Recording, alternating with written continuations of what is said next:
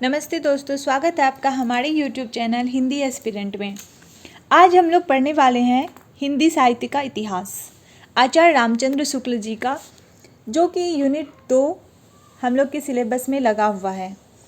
तो यहाँ पे हम लोग क्या करेंगे, शुक्ल जी के किताब से जितने भी महत्वपूर्ण बिंदु हैं वो सारे यहाँ पे नोट किए गए हैं। ठीक है, तो इसको हम लोग देखते जाएंगे और इसके थ्रू हम लोग सारे किताबों को समझ लेंगे। इससे क्या होगी कि पूरे किताब को पढ़ने में थोड़ा आसानी हो जाएगा। तो आप लोग इसी तरह से आप लोग भी इसे नोट्स बना लीजिएगा, जिससे आप लोग को रिवीज़न करने में भी काफ़ी हेल्प मिलेगा। और फिर आप लोग जब ये क्लास देखने के बाद शुक्ल जी के किताब को पढ़िएगा खुद से, तो बहुत ही आसान लगेगा आपको। ठीक है, तो चलिए हम लोग देखते हैं आचार्य रामचंद्र शुक्ल जी का जन्म कब हुआ। तो ये सबसे पहले याद रखना है 1884 में। ठीक है, इनका जन्म हुआ 1884 में। अब हम लोग देखते हैं आचार्य रामचंद्र शुक्ल जी जो हिंदी साहित्य का इतिहास लिखे हैं, ये जो है कितने वर्षों का इतिहास है। महत्वपूर्ण बिंदु है, देखिए कितने वर्षों का इतिहास है। तो ये 900 वर्षों का इतिहास है, टोटल 900 वर्षों का इतिहास है। और एक चीज़ यहाँ पे देखिए, आचार्य शुक्ल जी मिर्ज़ापुर से एक पत्रिका का संपादन करते थे। कौन सी पत्रिका थी? तो आनंद कादम्बिनी ये पत्रिका थी। आगे देखिए, ये किताब जो है हिंदी साहित्य का इतिहास, ये शुक्ल जी जो लिखे हैं वो हिंदी साहित्य का विकास नाम से पहले लिख रहे थे, चूँकि 1929 में हिंदी शब्द सागर की भूमिका के रूप में हिंदी साहित्य का विकास नाम से प्रकाशित।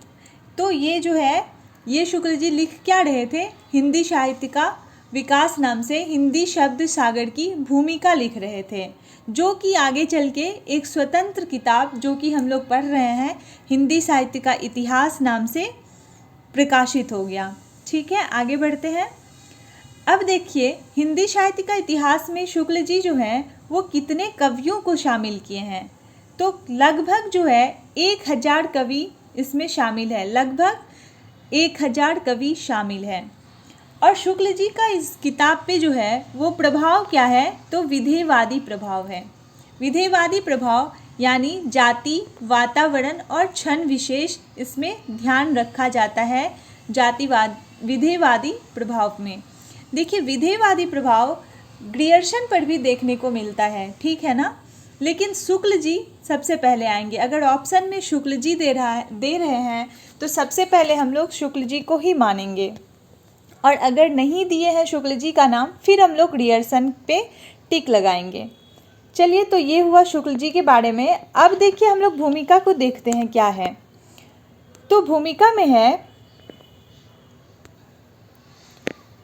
हिंदी के कवियों का एक वृत्त संग्रह शिव सिंह सेंगर ने प्रस्तुत किया। हिंदी के जितने भी कवि थे उनके सभी का क्या किया, एक कविवृत्त संग्रह शिव सिंह सेंगर जो है वो प्रस्तुत कर रहे हैं। कब? 1883 ईस्वी में। ठीक है, 1883 में। यानी कि शिव सिंह सेंगर के जो भी रचना है, क्या है शिव सिंह सेंगर की, एक सेकेंड हम लोग देख लेते हैं। हाँ, शिव सिंह सेंगर द्वारा जो इतिहास ग्रंथ लिखा गया है शिव सिंह सरोज है, उसे आचार्य रामचंद्र शुक्ल जी क्या कहे हैं? कवियों का एक वृत्त संग्रह कहे हैं। ठीक है, कवियों का एक वृत्त संग्रह माने हैं। आगे है 1888 ईस्वी में ग्रियर्सन ने modern vernacular literature of northern Hindustan के नाम से बड़ा कविवृत्त संग्रह लिखा। तो यहाँ पे सबसे पहले देखिए, यहाँ पे 1883 में क्या है, शिव सिंह सेंगर ने जो लिखा था शिव सिंह सरोज, उसको शुक्ल जी क्या कहते हैं कि एक वृत्त संग्रह है। ठीक है ना, एक वृत्त संग्रह है, यानी कि इसमें क्या है ना कि बस कवियों का संग्रह है। और कवियों का संग्रह मतलब किसी साहित्य का इतिहास नहीं हो सकता है। इतिहास में वहाँ की सामाजिक, राजनीतिक सभी परिवेशों को भी दिखाना पड़ता है। तो इसलिए इसे कवि क्या बोल रहे हैं कि एक वृत्त संग्रह है। फिर देखिए 83 के बाद 5 साल के बाद डॉक्टर ग्रियर्सन जी क्या लिखते हैं, modern vernacular literature of northern Hindustan. ठीक है, वर्नाक्यूलर मतलब क्या होता है, देसी बोली। यहाँ पे देखिए अब ग्रियर्सन जी क्या लिख रहे हैं ना, देसी बोली है और यहाँ पे इसी का संग्रह है। तो इसे शुक्ल जी क्या बोल रहे हैं कि ये साहित्य का इतिहास नहीं है, ये देसी बोली का साहित्य था। ठीक है ना, देसी बोली का साहित्य था और इसे शुक्ल जी बड़ा कविवृत्त संग्रह बोल रहे हैं। यहाँ पे ये शिव सिंह सेंगर की रचना को वृत्त संग्रह बोले हैं और ग्रियर्सन के रचना को बड़ा कविवृत्त संग्रह बोले हैं। ठीक है, आगे देखिए, यहाँ पे देखिए ये इम्पोर्टेंट है, इसलिए इसे अलग में इस तरह से हम लोग लिख लेंगे कि एक कविवृत्त संग्रह किसे कहा है और एक बड़ा कविवृत्त संग्रह किसे कहा है, इसमें कंफ्यूज नहीं करना है। अब देखिए क्या हुआ 1900 से 1911 के बीच, ये तो हम लोग देख लिए 1883 1888 तक हम लोग देख लिए। अब आगे चलकर 1900 से 1911 तक क्या हुआ, पुस्तकों की खोज चली। सरकार जो है वो पुस्तकों की खोज चलाए,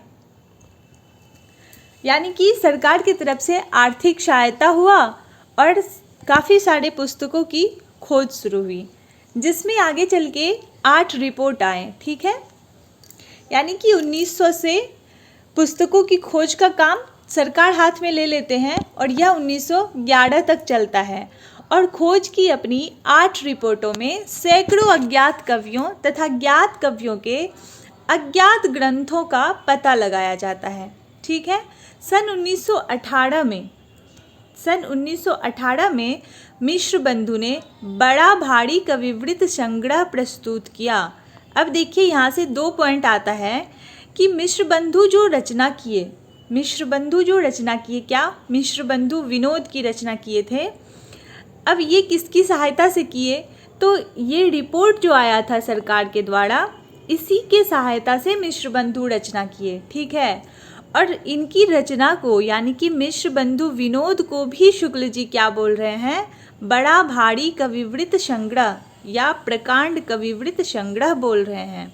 ठीक है, तो यहाँ से समझ में आ गया हम लोग को कि मिश्र बंधु जो रचना किए वो 1918 में किए। मिश्र बंधु विनोद का सहायता किससे लिए, तो नागरी प्रचारिणी सभा के द्वारा जो खोज हुआ, कवि और रचना निकाला गया, यानी कि ये सरकार के थ्रू हुआ था, उसका हेल्प मिला मिश्र बंधुओं को और ये मिश्र बंधु विनोद की रचना किए, जिसे शुक्ल जी ने बड़ा भारी कविवृत्त संग्रह कहा या प्रकांड कविवृत्त संग्रह कहा। ठीक है, और शुक्ल जी बोले कि जिसमें वर्तमान काल के कवियों और लेखकों का भी समावेश किया गया। ठीक है ना, आगे हम लोग देखते हैं। अब देखिए शुक्ल जी जो अपने साहित्य में काल विभाजन किए हैं उसका आधार क्या रखे हैं।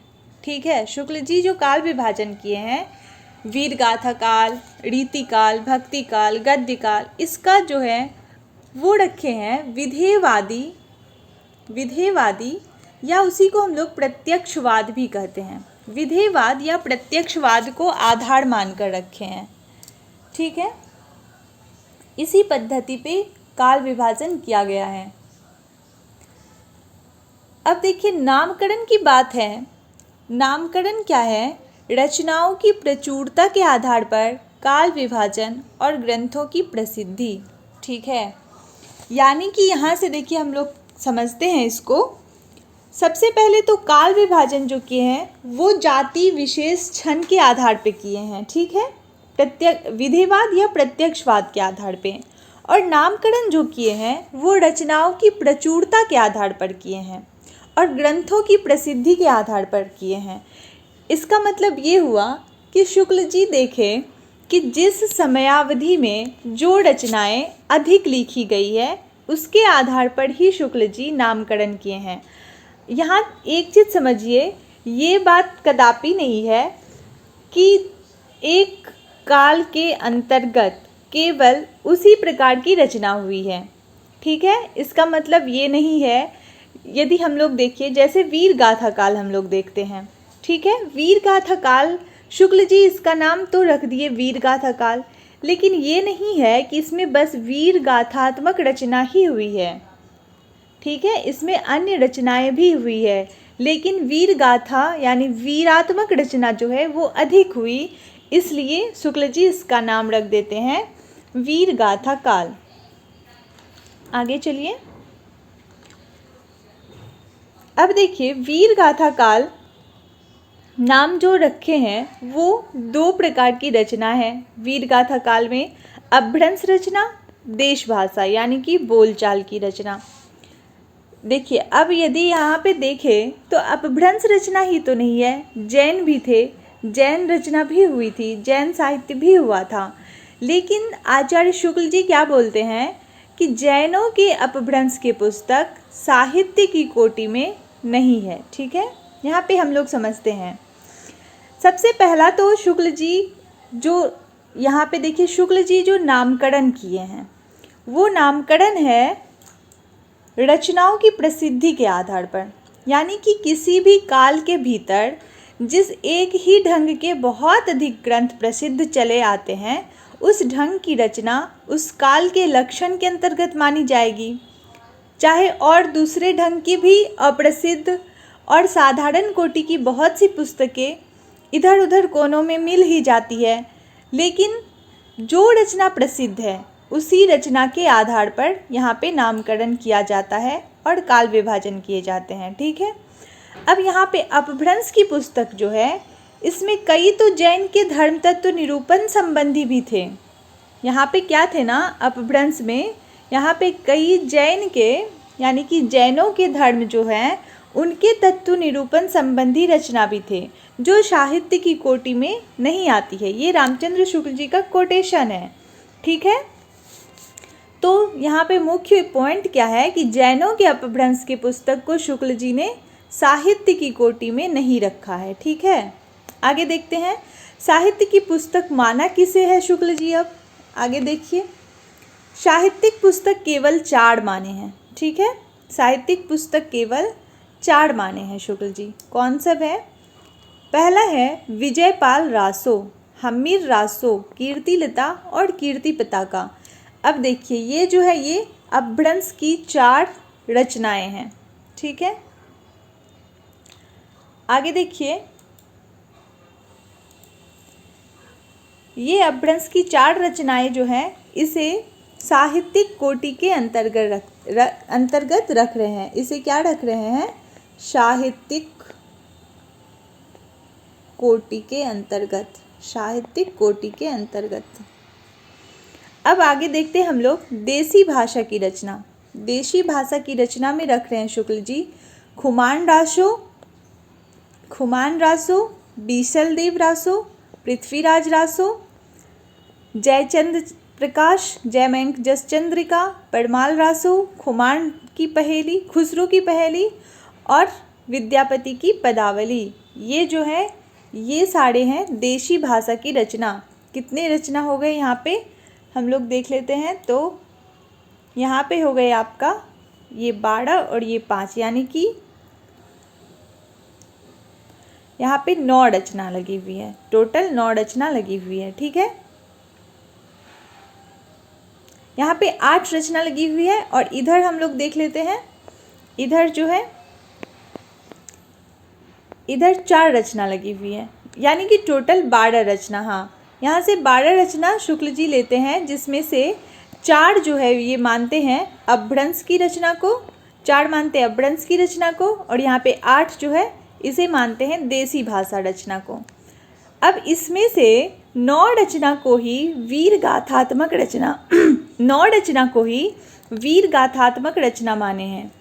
शुक्ल जी क्या किए हैं? बीसलदेव रासो, विद्यापति पदावली और खुसरो की पहेली को वीर गाथात्मक नहीं माना है। इसे वीर गाथात्मकता से निकाल दिए और 9 पुस्तक को वीर काल की रचना यानी वीर गाथा काल की रचना माने, और इसी 9 पुस्तकों के आधार पर शुक्ल जी इसका काल विभाजन किए और इनका नाम रखे वीर गाथात्मक काल। यहाँ से क्लियर है, यानी कि पुस्तकों की प्रचुरता थी, 9 पुस्तक वीर गाथात्मक मिली, तो इस काल का नामकरण उन्होंने वीरगाथा काल किया। यहाँ से क्लियर हो गया। अब आगे चलते हैं हम लोग। अब देखिए, मिश्र बंधु ने आदिकाल के भीतर 10 पुस्तकों का जिक्र किया है। ठीक है, मिश्र बंधु, अब यहाँ पे देखिए शुक्ल जी तो 12 पुस्तक आदिकाल के अंतर्गत माने हैं, लेकिन मिश्र बंधु 10 पुस्तक। यहाँ से ऑब्जेक्टिव में आ सकता है कि मिश्र बंधु ने कितना पुस्तक माना है, तो 10 पुस्तक माने हैं। ठीक है, अब हम लोग देखते हैं आगे क्या है। रीतिकाल के कवियों के परिचयात्मक विवरण मैंने प्रायः मिश्र बंधु विनोद से लिया।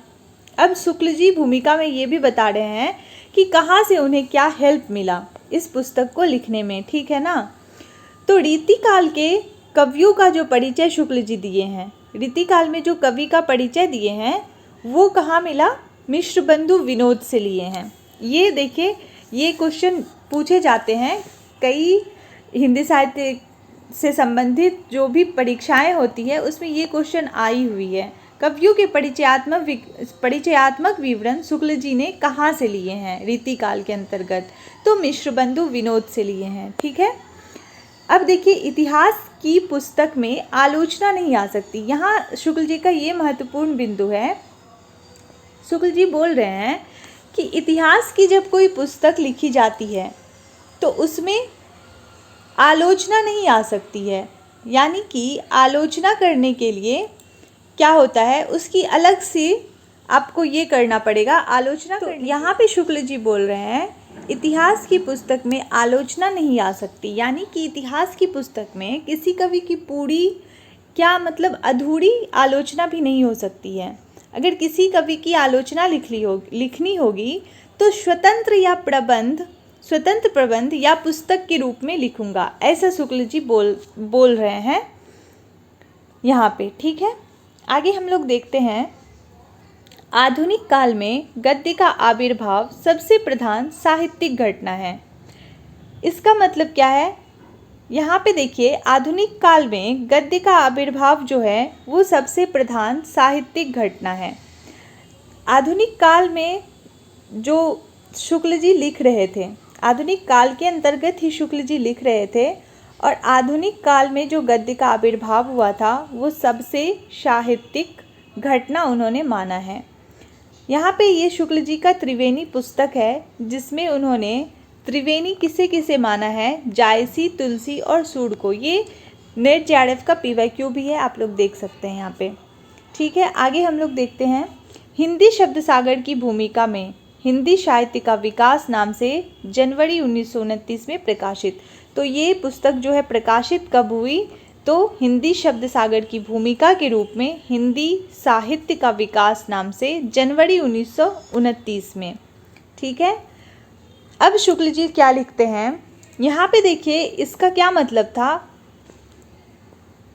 अच्छा, आगे है दिया हुआ, देखिए यहाँ पे। प्राकृत पेंगलम सूत्र को उलटते पलटते हम्मीर के युद्ध का वर्णन मिला। यहाँ पे शुक्ल जी कुछ पुस्तकों का भी उल्लेख किए हैं भूमिका में। हम्मीर की पुस्तक, यहाँ पे देखिए, हम्मीर रासों के बारे में शुक्ल जी क्या बोल रहे हैं। कवि परंपरा के बीच प्रचलित जनश्रुति कई ऐसे भाषा काव्यों के नाम गिनाती चली आई है जो अपभ्रंश में है। जैसे यहाँ पे प्राकृत पेंगलम सूत्र को उलटते पलटते हम्मीर के युद्ध का वर्णन मिला। यहाँ पे हम्मीर रासों का पता चला शुक्ल जी को। यहाँ पे देखिए, प्राकृत पेंगलम जो है उसके संकलनकर्ता कौन है, लक्ष्मीधर हैं। और प्राकृत पेंगलम में किसकी रचनाओं को रखा गया है, तो विद्याधर, बब्बर, शारंगधर और जज्जल, इनकी रचनाओं का संकलन है। ठीक है, और जो कौन किया है, तो लक्ष्मीधर ने किया है। अब देखिए, शुक्ल जी जो ये पुस्तक लिखे हैं इसमें उन्हें सहारा किन किन से मिला है, तो वे अपने भूमिका में ही इसका जिक्र करते हैं कि ये पुस्तक लिखने में इन्हें कोविद रत्नमाल, जो कि किसकी रचना है, राय साहब बाबू श्याम सुंदर दास की, कविता कौमुदी राम नरेश त्रिपाठी की, और ब्रज माधुरी साड़ श्री वियोगी हरि जी की रचना है। इनसे उन्हें हेल्प मिला है, यानी कि सहायता मिली है। और एक जगह उन्होंने केदारनाथ पाठक का भी जिक्र किया है, ठीक है, केदारनाथ पाठक का जिक्र। आधुनिक काल के प्रारंभिक लिखते समय केदारनाथ पाठक भी इनके लिए जो है वो हेल्पफुल रहे, यानी कि इनसे भी इन्हें सहायता मिली है, इन्होंने इनका जिक्र किया है, ठीक है। अब हम लोग एक चीज़ देखते हैं, शुक्ल जी जो हैं वो चूँकि आधुनिक काल में ही लिख रहे थे और उन्हें आधुनिक कवियों के बारे में लिखने में काफ़ी जो है वो परेशानी भी उठानी पड़ी है, उन्हें काफ़ी परेशानी भी उठानी पड़ी है। जैसे देखिए, आधुनिक काल में जब गद्य का विकास होता है तो शुक्ल जी, जैसे हम लोग आगे पढ़ेंगे, छायावाद का शुक्ल जी बहुत आलोचना किए हैं, ठीक है ना। तो वो आलोचना में शुक्ल जी को भी बहुत कुछ मुश्किलों का सामना करना पड़ा होगा। ऐसा शुक्ल जी लिखते भी हैं कि वर्तमान लेखकों और कवियों के संबंध में कुछ लिखना अपने सिर का एक बला मोल लेना है, ठीक है ना। ऐसा शुक्ल जी एक जगह लिखे हुए हैं, पर जी ना माना। पर शुक्ल जी भी तो थे, ये तो हारने वाले थे नहीं, इन्हें परेशानी भी हुई, फिर भी इन्होंने छायावाद का जमकर आलोचना किए हैं। तो इसे हम लोग आगे पढ़ेंगे। तो चलिए, आज हम लोग जो है हिंदी साहित्य के इतिहास में भूमिका पढ़ लिए। अब आगे इसी तरह हम लोग आदिकाल प्रकरण 1 पढ़ेंगे, 2 पढ़ेंगे। इस तरह से हम लोग कोशिश करेंगे सारे प्रकरणों और सारे कालों को पढ़ लें हम लोग हिंदी साहित्य के इतिहास में।